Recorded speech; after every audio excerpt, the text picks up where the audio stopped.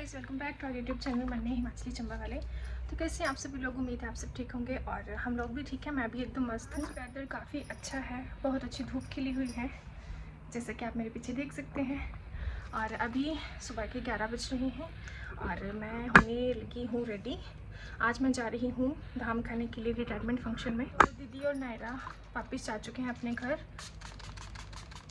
उनको हम कल छोड़ आए थे और अभी मैं रेडी होने लगी थी तो सोचा कि चलो व्लॉग भी शुरू कर दिया जाए और गेट रेडी विद मी छोटी सी क्लिप आप लोगों के साथ शेयर की जाए। तो सबसे पहले तो मेरा रोज़ वाटर थोड़ा सा कम लग रहा है तो थोड़ा सा और मैंने छिड़क लिया और अब इसको सूखने का वेट करती हूँ। तो सूख गया है मेरा रोज़ वाटर यानी कि टोनर। तो अब लगाऊंगी मैं मॉइस्चराइज़र। तो मॉइस्चराइज़र में आप लोगों को मैं पहले भी बता चुकी हूँ कि मैं अलग अलग यूज़ करती रहती हूँ। तो इस बार मैंने डर्माको का मॉइस्चराइज़र यूज़ किया है। तो सिंपल सा मेकअप रहता है और सर्दियों में तो मॉइस्चराइज़र लगाने की नीड मुझे रहती ही है क्योंकि अब मेरी स्किन भी फटने लगी है, ड्राई हो जाती है। इसलिए मॉइस्चराइज़र लगा के अच्छे से फेस मसाज की और जब मॉइस्चराइज़र फेस में एब्जॉर्ब हो गया मेरी स्किन में तो अब बारी है सनस्क्रीन की। और डर्माको की ही सनस्क्रीन मैंने ली है और काफ़ी अच्छी है ये भी सनस्क्रीन। तो अच्छे से इसको फेस पे, पूरे फेस पे कहीं भी नहीं छोड़ना है। मैं तो नेक भी नहीं छोड़ती हूँ क्योंकि अब मुझे लगता है ना कि अगर मैं सनस्क्रीन यूज़ ना करूँ तो जैसे मैंने कुछ लगाया ही नहीं, मुझे खाली खाली सा लगता है। तो इसलिए मुझे अब आदत होगी है सनस्क्रीन यूज़ करने की। तो मेरे लिए तो यही है मेरे प्रोडक्ट्स जो मेकअप में यूज़ होते ही हैं। उसके बाद मैं डायरेक्ट पहुंच जाती हूँ ब्लश पे। ये ब्लश मैंने और दीदी ने एक दूसरे पे यूज़ किया था, आप लोगों को याद होगा लास्ट वीडियो का हमारा। तो आफ्टर सनस्क्रीन बस ये थोड़ा थोड़ा सा, क्योंकि मुझे ये बहुत पसंद है, बहुत ज़्यादा।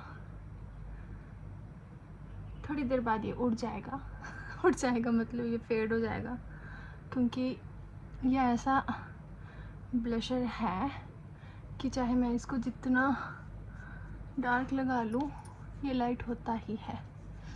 और जब भी कहीं जाना होता है, जहाँ धाम वगैरह खाने, तो इसको मैं यूज़ करती हूँ। अभी इस बार इस सर्दी में मुझे लगता है कि दूसरी तीसरी बार धाम खाने जा रही हूँ मैं किसी फंक्शन में, तो मुझे तो तैयार होना है।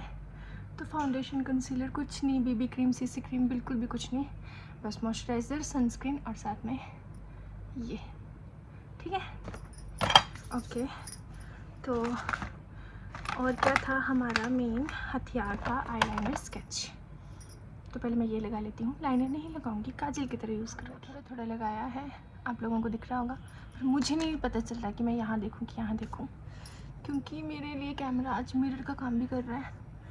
तो निशान देख लो, कभी कम लगता है कभी ज़्यादा लगता है। और इसमें मुझे लग रहा है मैं ऐसी लग रही हूँ कि आंखें मेरी इधर उधर वाली हैं। अच्छा, अब एक और चीज़ जो कि है मेन लिपस्टिक। और लिपस्टिक हमेशा मुझे डार्क लगाना ज़्यादा अच्छा लगता है क्योंकि अब मैं मैरिड हूँ और हमेशा मुझे लिपस्टिक का बहुत चाह रहा है कि कब मैं लिपस्टिक लगाऊंगी, कब मैं लिपस्टिक लगाऊंगी। तो लिपस्टिक मैक्सिमम मैं डार्क ही यूज़ करती हूँ, न्यूड वगैरह नहीं।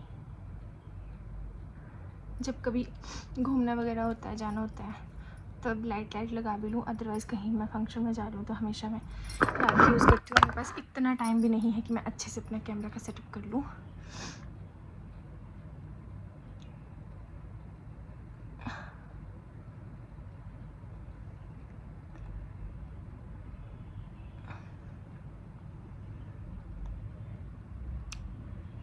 पता नहीं मुझे जैसे लग रहा है मैं ऊपर पहाड़ की तरफ देख रही हूँ। इग्नोर करना सब कुछ है ना, मैं कहीं गलत देख लूँगी या कुछ गलत बोल दूँगी तो, क्योंकि मुझे ना बहुत जल्दी है सच में, मैं बहुत लेट हो चुकी हूँ। अब पता नहीं मम्मी की आवाज़ नीचे से कब पड़ती है। और सच में इतना टाइम नहीं है कि मैं आराम से बैठ के कहीं अच्छी जगह कैमरा सेटअप करूँ। मैंने ऐसे ही विंडो के साथ इसको टिकाया हुआ है।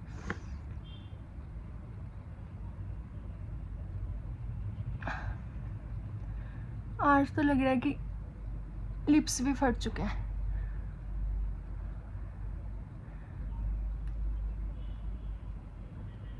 एक चीज़ मेरे साथ होती है कि जब मैं घर में होती हूँ ना तब मुझे लगता है कि मैं अच्छी लग रही हूँ। और जब कभी भी मुझे बाहर जाना होता है तो कभी लिप्स फट जाते हैं, कभी मैं क्रीम लगा के काली लगती हूँ, कभी मेरे बाल अच्छे नहीं होते। और बाल तो मेरे आज भी अच्छे नहीं, क्योंकि मैंने कल हेड वॉश किया था।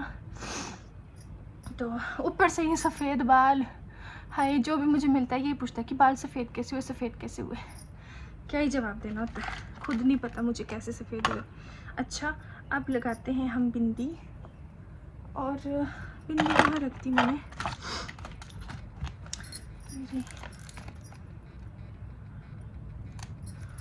मैक्सिमम टाइम ना मेरी बिंदी आप लोगों को टेढ़ी नज़र आएगी। मुझे लगता है कि मैं सीधी लगाती हूँ पर देखने वाले को टेढ़ी लगती है। तो पहले मैं कंघी कर लेती हूँ, फिर मिलती हूँ आपसे। अब मैं हो चुकी हूँ ऑलमोस्ट फुल तैयार। वैसे मैं फुल रेडी बोलने वाली थी, पर अभी मेरी मांग भरने को है। और स्वेटर भी पहन लिया है, और सूट भी मैंने काफ़ी पुराना पहना है। आप मुझे शायद जो बहुत टाइम से जानते होंगे तो वो ये भी समझ चुके होंगे कि मैं उन टाइप में से नहीं हूँ कि एक दो बार सूट वेयर किया उसके बाद नया नया नया नया ही पहनना है, पुराना नहीं पहनना है। तो मैं तो सूट काफ़ी बार यूज़ करती हूँ, बहुत बार, जब तक मुझे वो वाला फील ना आ जाए कि अब ये घर पहनने लायक हो चुका है तब तक मैं पहनती हूँ। तो आज भी मैं ऐसे ही पुराना सूट पहन के जा रही हूँ। तो जी एक्चुअली जो फंक्शन है रिटायरमेंट का वो हमारे गांव के साइड है, दादी के घर साइड, तो हम लोग वहीं जा रहे हैं। तो चाची भी आ गए हैं, चाची भी हमारे साथ चलेंगे, और टैक्सी बस आने वाली है क्योंकि पापा और ये गए हैं ड्यूटी, तो हमें छोड़ने वाला कोई नहीं था। और सुबह सुबह किसने जाना था यार, बस में 8-9 बजे की टाइमिंग पे कोई गाड़ी जाती थी। तो 8:30 बजे तो मुझे अपने हस्बैंड और अपने फादर इन लोग को ब्रेकफास्ट ही करवाना होता है। 9:30 बजे तो वो घर से निकलते हैं।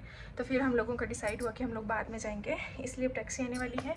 और अब तैयार हो चुकी हूँ, पर कमरे का थोड़ा सा हाल मैंने ख़राब कर लिया है। तो पहले मैं इनको सुलझाऊंगी, अपने रूम को अच्छा बना के जाऊँगी, ताकि जब एंटर हो घर में मैं शाम को तो मुझे अच्छा लगे। क्योंकि बेडरूम में अगर गंद बिखेर के जाएँ तो बिल्कुल भी अच्छा नहीं लगता। ये चीज़ 1-2 बार हमारे साथ हुई थी, जब हमने कहीं घूमने जाना होता था तो हम अपने रूम को पूरा हाल करके जाते थे, क्योंकि टाइम की शॉर्टेज होती थी। उस टाइम मेरे हस्बैंड छुट्टियों में आते थे घर, तो फटाफट अचानक से ही प्लान बनता था और हम निकल जाते थे। तो उन दिनों के बाद मैंने ये सीखा कि नहीं, हमने अपने रूम को हमेशा अच्छा बना के जाएं।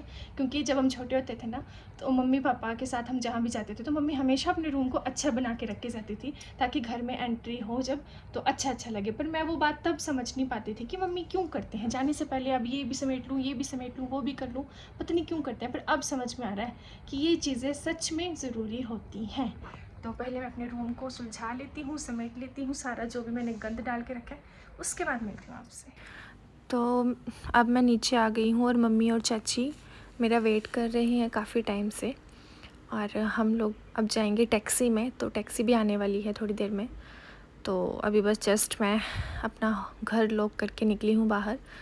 तो धूप तो काफ़ी अच्छी है, पर असहनीय हो रही है अब क्योंकि बहुत ज़्यादा मतलब तपने वाली धूप है, तो इतनी भी अब सहन नहीं होती। धीरे धीरे जैसे गर्मियाँ आ रही हैं ऐसा लग रहा है। तो अब हम निकल चुके हैं अपनी भरियाँ की तरफ, और काफ़ी अच्छा लगा आज इतने दिनों के बाद धाम खाने का मौका मिला। तो वेदर ने तो बहुत मज़े लगा दिए, धूप में बारिश होती तो दिक्कत आती। तो अब हम पहुंच गए हैं अपने घर की तरफ, और देखिए कैसा नज़ारा है यहाँ का। सामने घर के साइड ऐसा कुछ व्यू है। और अब हमने धाम भी खाई, तो सोचा कि चलो आप लोगों को भी मदरा दिखा दूँ। और अभी दाल, और मम्मी को देखो मम्मी को तो मीठे चावल भी नहीं छोड़ते।